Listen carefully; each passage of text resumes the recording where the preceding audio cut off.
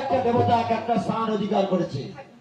তোকে যদি কেউ জিজ্ঞাসা করে আরে তুই কোন দেবী, তাহলে কি বলবি জানিস মা?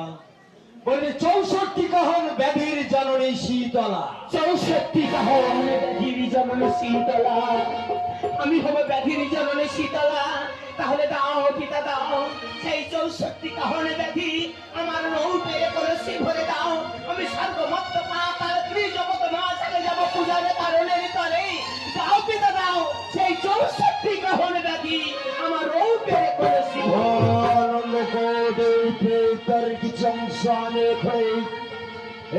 এই ব্যাধিতে পরিণত করলাম, আর ওই ব্যাধি তুলে দিলাম তোমার ওই রূপের কলসিতে।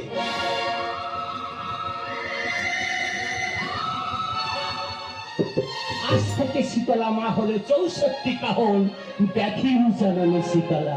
স্থান আমার মুক্ত হলো, কিন্তু পিতা আমি যে হব ত্রিজগতের জননী, আমি তো একা রমণী। একা রমণী কেমনে হইব ত্রিজগতের জননী? আমার শক্তি দেবে না? শক্তি? কেমন শক্তি চাস মা বল?